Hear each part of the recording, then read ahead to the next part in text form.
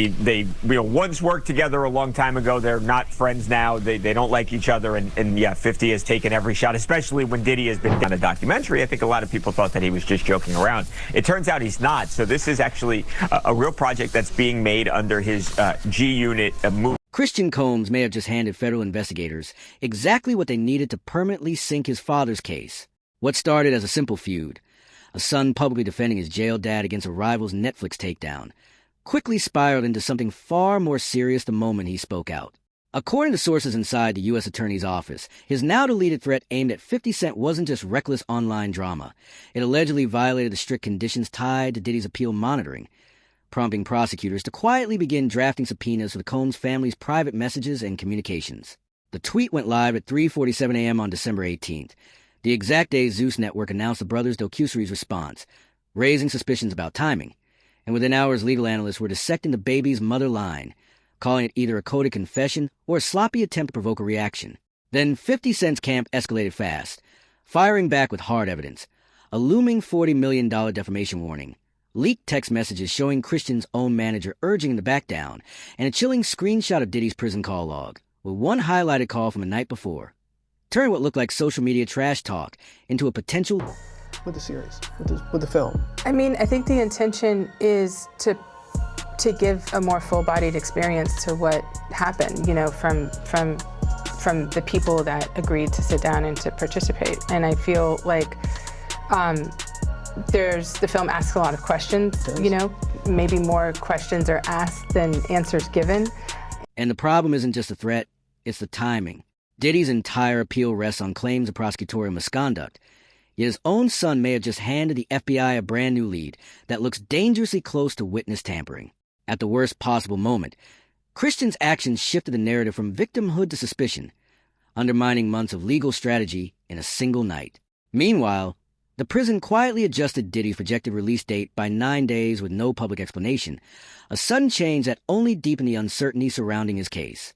As if that wasn't enough, the Zeus Network documentary trailer boldly promises that the lies will be exposed, but insiders say the raw footage paint a far messier picture, allegedly capturing Christian admitting he doesn't even know what's real anymore.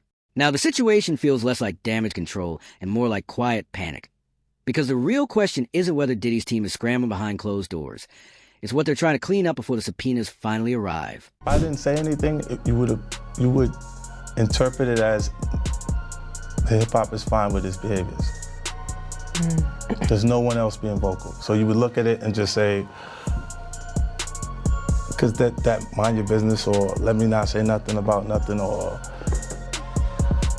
those things, it would allow the entire culture to register as if they're for that. The moment Christian Combs hit send on that tweet, the damage wasn't just done. It was irreversible. This wasn't a sloppy late-night rant from a spoiled trust fund kid. It felt intentional, a calculated strike that backfired the instant it left his phone.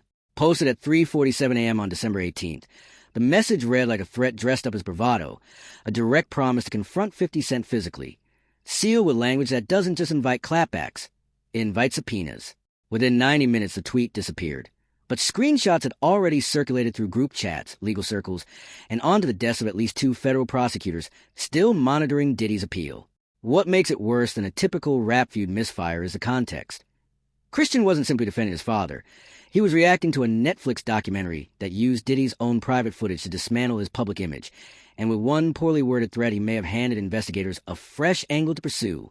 Insiders say the deletion wasn't panic, but damage control, the quiet kind that only works if nobody notices. Except everyone noticed.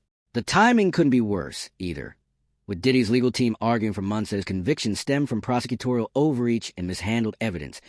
Claims that ring hollow when your son publicly threatens the man behind a 4-part expose. Now analysts are asking whether it crosses into witness intimidation, violates communication restrictions, or simply proves the family underestimated how seriously the FBI treats even a hint of obstruction. The fact that the tweet dropped the same day Zeus Network announced the brothers Docuseries makes it look like a distraction, yet the quick deletion suggests chaos, not strategy. And the sudden spike in Diddy's prison call logs to a number tied to Christian's manager only deepens the suspicion that something behind the scenes went into overdrive the second that post went live. I think that the goal of what the film is trying to do is to let the audience kind of come in to to ask questions like, you know, in a trial where there's so much media coverage, you know, before, during, and after, were their decisions, you know, colored by certain things, and who got the benefit of the doubt, you know, in that courtroom? Here's where the story starts to bend. The baby's mother comment, the line that left insiders confused, wasn't some random jab tossed into the chaos. It pointed to something specific, something that doesn't quite fit the image of a loyal son simply defending his father.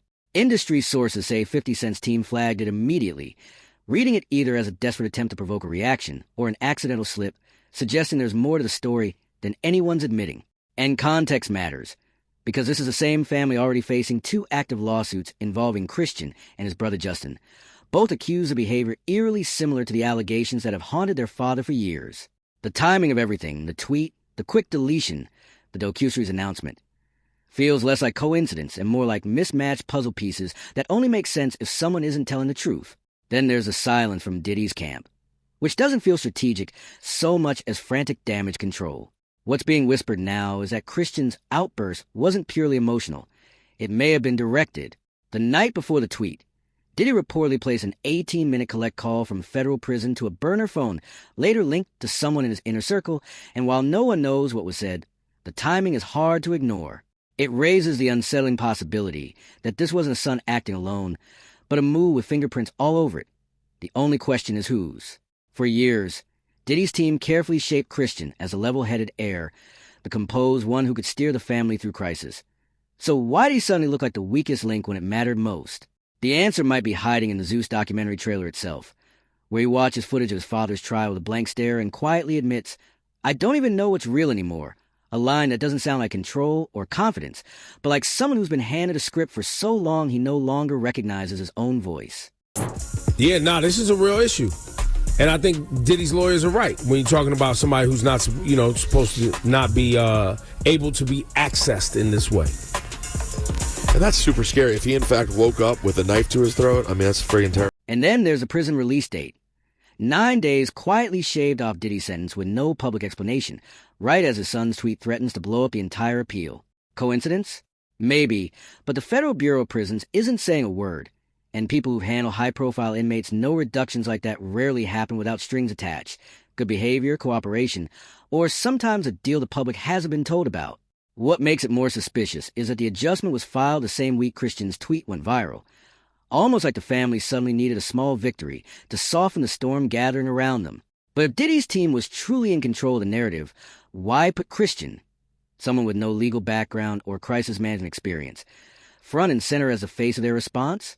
Unless the response itself was never meant to win. Unless the real strategy was to bait 50 Cent into looking like the aggressor and hand the appeal team something they could use to claim harassment. The problem is, 50 didn't react emotionally. He reacted legally, firing off a $40 million defamation threat and leaking text that showed Christian's own camp begging him to stand down. In that moment, this stopped being a petty feud and started looking like a setup gone wrong, a trap laid out in plain sight, and Christian walked straight into it. What they consider a pre-existing beef, right, for 20 years, right, is me being uncomfortable with him suggesting that he takes me shopping. And it's not personal. This is why it never resulted in me doing anything to him or him doing anything to me. The Zeus docuseries was supposed to flip the narrative, to humanize the Combs brothers and reframe their father as misunderstood rather than dangerous. But the trailer tells a very different story. One that feels less like a defense and more like damage control. Instead of strength, it leans on phrases like the lies and the pain, as if bracing viewers for bad news rather than revealing the truth, and insiders who've seen rough cuts say the project focuses less on clearing Diddy's name and more on managing the fallout of his conviction, showing the brothers watching trial footage in stunned silence. Christian's voice cracking as he insists, "This ain't the man I know," and Justin staring at the camera like he's unsure what he's supposed to believe. It doesn't feel like a rebuttal. It feels like an admission. Then there are the prison call logs. The night before Christian's tweet, Diddy reportedly placed multiple calls to numbers tied to his son's inner circle, each lasting over a dozen minutes, a pattern that suggests coordination rather than a casual check-in, raising the possibility that Christian wasn't acting alone, but serving as a proxy in a crisis managed from behind bars. If that's true, the tweet wasn't just reckless.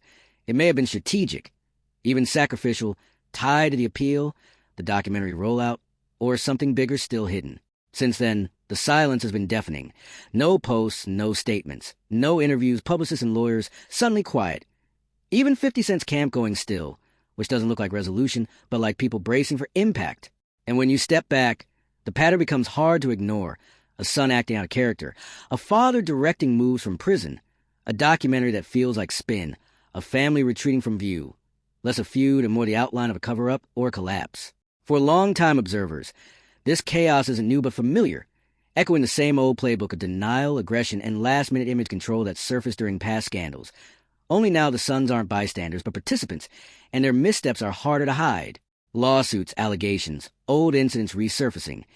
Each one chips away at the carefully crafted image, making the family under attack narrative feel thinner by the day. For years, Diddy positioned Justin as a polished heir and Christian as the public face of the brand, but both were always extensions of his own empire, and that dynamic is now backfiring, because when your father's legal team still shapes your moves from prison, your documentary sounds scripted, and your behavior mirrors the very accusations you're fighting, independence starts to look like an illusion.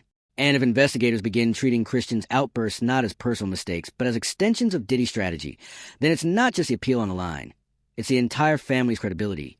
Hanging by a thread they no longer seem able to control.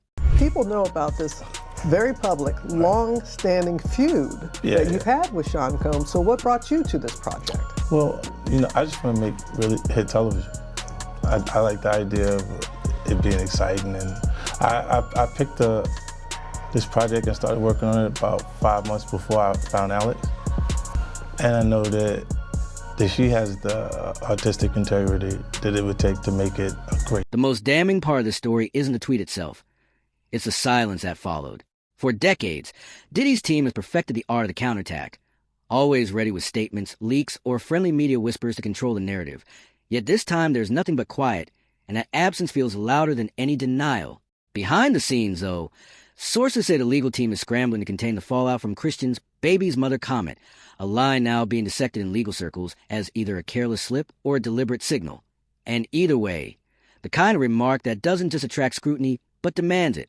When you connect that to the growing pattern, the lawsuits, the documentary framed like damage control, the late-night prison calls, the situation starts to look less like a messy feud and more like a family trapped in a cycle they can't outrun. What's harder to ignore is how closely Christian's behavior mirrors his father's at his most vulnerable. The same overconfidence, the same belief that reputation alone can overpower consequences. Diddy's fall didn't begin with raids or trials. It began the moment he started believing he was untouchable, and Christian's tweet his public stance, even his music carried that same reckless energy, the assumption that a famous name is enough to silence critics. The difference is timing. Diddy built his empire in an era when scandals could be buried with money and influence, but his sons live in a world where every mistake is screenshotted, analyzed, and weaponized in real time. And if investigators are already treating Christian's outbursts as potential evidence rather than noise, then the question isn't just whether Diddy's appeal survives. It's whether his sons get pulled down with him. Interestingly, we haven't seen the indictments yet. There's been some time lag. I suppose it will take some time to go through all the forensic, evidence. The real danger for the Combs family isn't just a legal fallout.